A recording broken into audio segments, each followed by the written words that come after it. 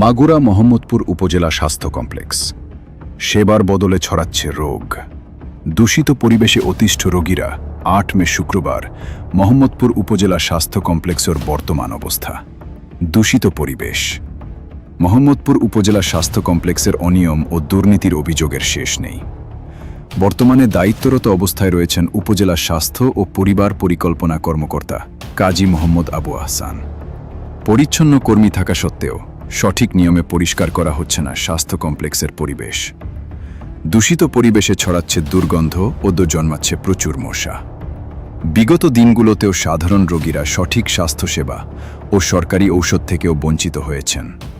সাধারণ জনগণ ও রোগীদের অভিযোগ দেখার কি কেউ নেই?